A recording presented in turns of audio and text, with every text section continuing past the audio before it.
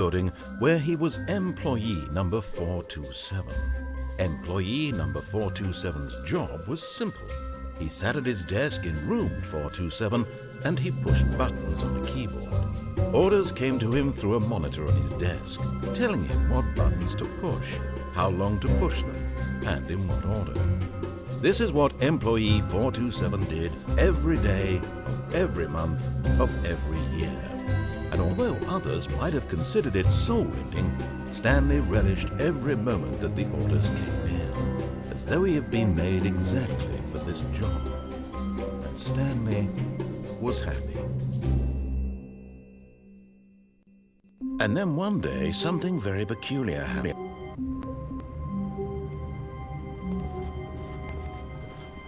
All of his co-workers were gone. What could it mean? Stanley decided to go to the meeting room. Perhaps he had simply missed a memo.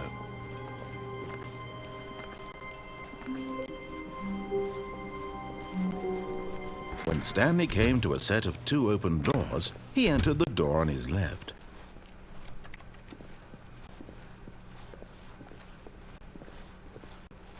Yet there was not a single person here either. Feeling a wave of disbelief, Stanley decided to go up to his boss's office. Hoping he might coming to a staircase, Stanley walked upstairs to his boss's office.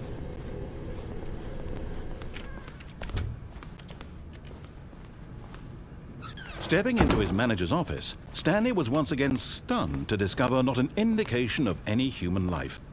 Shocked, unraveled, Stanley wondered in disbelief who orchestrated this. What dark secret was being held from him?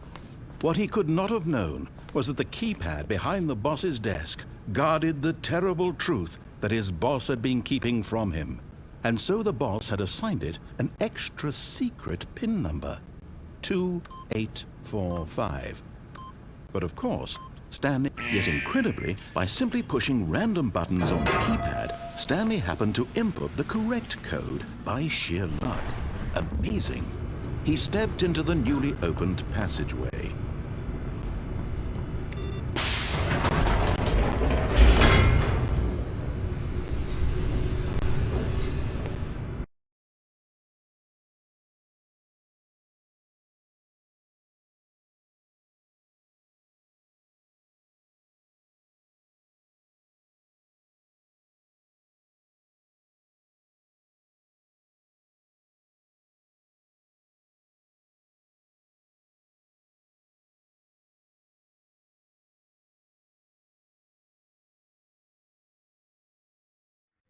Descending deeper into the building, Stanley realized he felt a bit peculiar.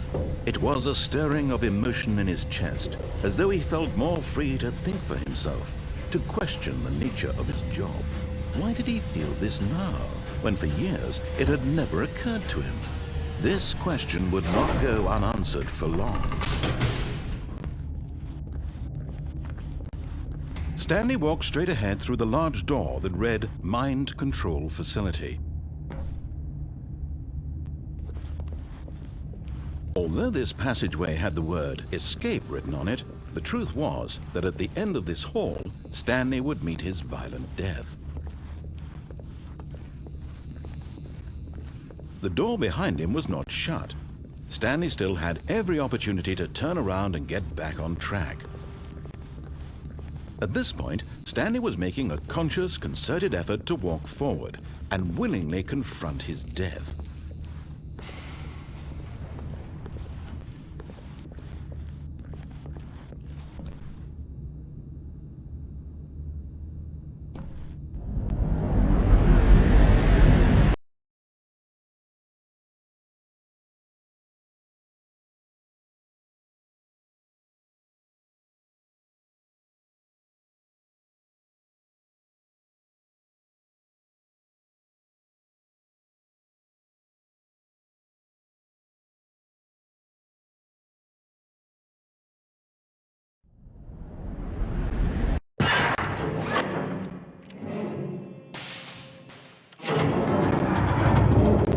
As the machine whirred into motion and Stanley was inched closer and closer to his demise, he reflected that his life had been of no consequence whatsoever.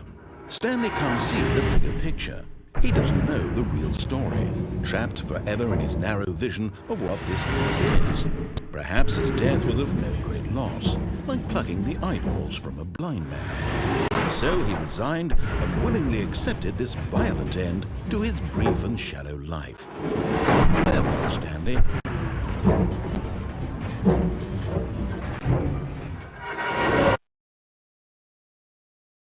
"Farewell, Stanley," cried the narrator, as Stanley was led helplessly into the enormous metal jaws. In a single visceral instant, Stanley was obliterated as the machine crushed every bone in his body, killing him instantly.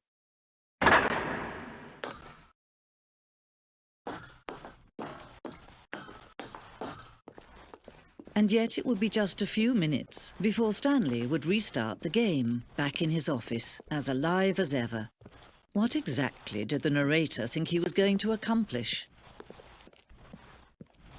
When every path you can walk has been created for you long in advance, death becomes meaningless, making life the same.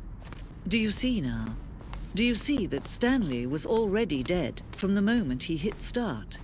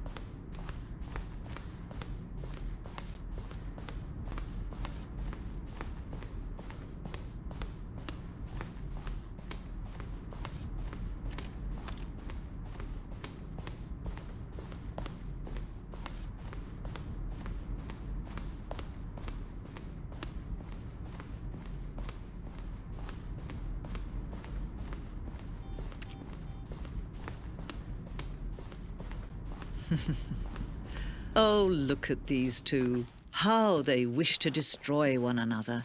How they wish to control one another. How they both wish to be free. Can you see? Can you see how much they need one another? No, perhaps not. Sometimes these things cannot be seen. But listen to me. You can still save these two. You can stop the program before they both fail. Push escape and press quit. There's no other way to beat this game. As long as you move forward, you'll be walking someone else's path. Stop now and it'll be your only true choice. Whatever you do, choose it. Don't let time choose for you. Don't let time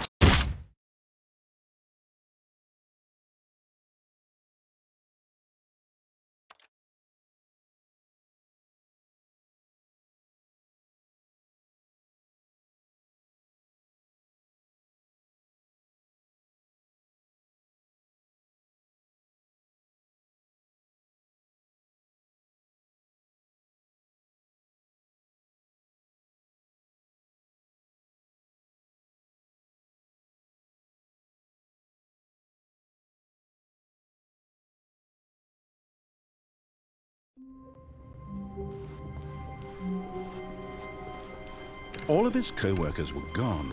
What could it mean? Stanley decided to go to the meeting room. Perhaps he had simply missed a memo.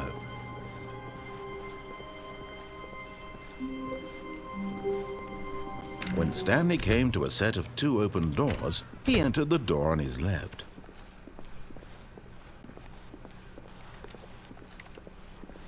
Yet there was not a single person here either. Feeling a wave of disbelief, Stanley decided to go up to his boss's office, hoping he might find an answer there.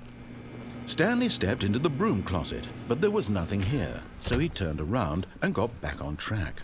Coming to a staircase, Stanley walked upstairs to his boss's office.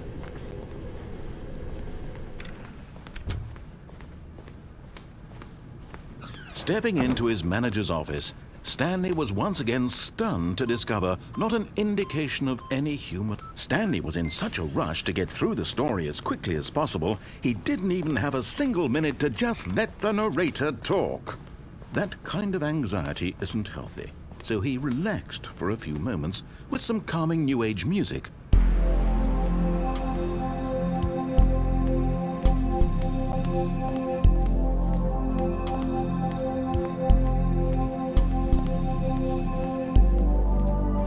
Feeling soothed and rejuvenated, Stanley calmly walked forward into the opened passageway.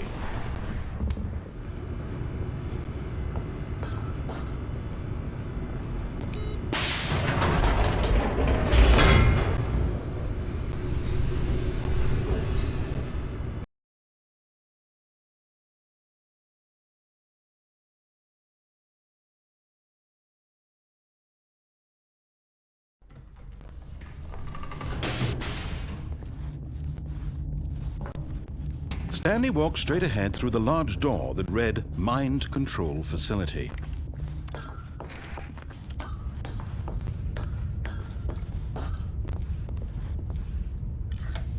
The lights rose on an enormous room packed with television screens. What horrible secret did this place hold? Stanley thought to himself. Did he have the strength to find out?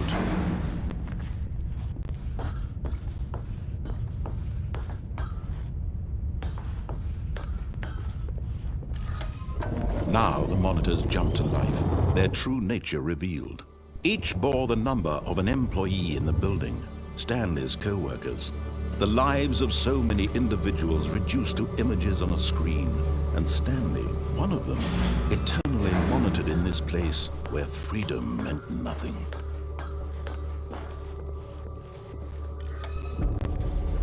This mind control facility, it was too horrible to believe. It couldn't be true.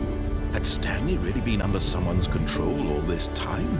Was this the only reason he was happy with his boring job? That his emotions had been manipulated to accept it blindly? No, he refused to believe it. He couldn't accept it. His own life in someone else's control? Never! It was unthinkable, wasn't it? Was it even possible? Had he truly spent his entire life utterly blind to the world? But here was the proof. The heart of the operation. Controls labeled with emotions. Happy or sad or content. Walking, eating, working. All of it monitored and commanded from this very place. And as the cold reality of his past began to sink in, Stanley decided that this machinery... Oh, Stanley, you didn't just activate the controls, did you?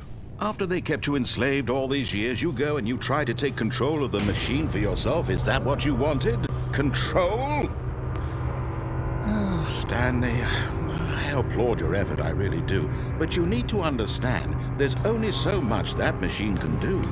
You were supposed to let it go, turn the controls off, and leave. If you want to throw my story off track, you're going to have to do much better than that. I'm afraid you don't have nearly the power you think you do. For example, and I believe you'll find this pertinent, Stanley suddenly realized he had just initiated the network's emergency detonation system. In the event that this machine is activated without proper DNA identification, nuclear detonators are set to explode, eliminating the entire complex. How long until detonation then? Let's say 2 minutes. Now this is making things a little more fun, isn't it, Stanley? It's your time to shine. You are the star. It's your story now. Shape it to your heart's desires. Oh, this is much better than what I had in mind. What a shame we have so little time left to enjoy it. Mere moments until the bomb goes off. But what precious moments each one of them is. More time to talk about you, about me, where we're going, what all this means. I barely know where to start. What's that? You'd like to know where your co-workers are? A moment of solace before you're obliterated? All right, I'm in a good mood. You're gonna die anyway. I'll tell you exactly what happened to them. I erased them. I turned off the machine. I set you free. Of course, that was merely in this instance of the story. Sometimes when I tell it, I simply let you sit there in your office forever, pushing buttons endlessly and then dying alone. Other times, I let the office sink into the ground, swallowing everyone inside, or I let it burn to a crisp. I have to say this, though, this version of events has been rather amusing. Watching you try to make sense of everything and take back the control wrested away from you, it's quite rich. I almost hate to see it go. But I'm sure whatever I come up with on the next go-around will be even better. My goodness, only 34 seconds left. But I'm enjoying this so much. You know what? To hell with it. I'm going to put some extra time on the clock. Why not? These are precious additional seconds, Stanley. Time doesn't grow on trees. Oh dear me, what's the matter, Stanley? Is it that you have no idea where you're going or what you're supposed to be doing right now? Or did you just assume when you saw that timer that something in this room was capable of turning it off? I mean, look at you. Running from button to button, screen to screen, clicking on every little thing in this room. These numbered buttons, no, these colored ones, or maybe this big red button, or this door. Everything, anything, something here will save me. Why would you think that, Stanley? That this video game can be beaten? Won? Solved? Do you have any idea what your purpose in this place is? Stanley, you're in for quite a disappointment. But here's a spoiler for you. That timer isn't a catalyst to keep the action moving along. It's just seconds ticking away to your death. You're only still playing instead of watching a cutscene because I want to watch you for every moment that you're powerless. To see you made humble. This is not a challenge. It's a tragedy. You wanted to control this world, that's fine. But I'm going to destroy it first, so you can't. Take a look at the clock, Stanley. That's 30 seconds you have left to struggle. 30 seconds until a big boom and then nothing. No ending here, just you being blown to pieces. Will you cling desperately to your frail life, or will you let it go peacefully? Another choice. Make it count, or don't. It's all the same to me, all a part of the joke. And believe me, I will be laughing at every second of your inevitable life from the moment we fade in until the moment I say, happily ever up.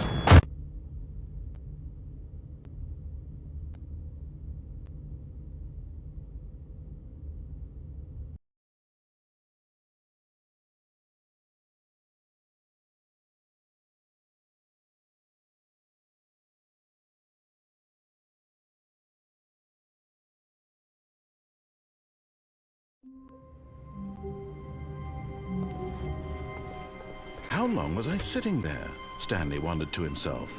Minutes? Days? Centuries? Did something crucial happen while my senses were turned? He made a note to be more careful with time from now on.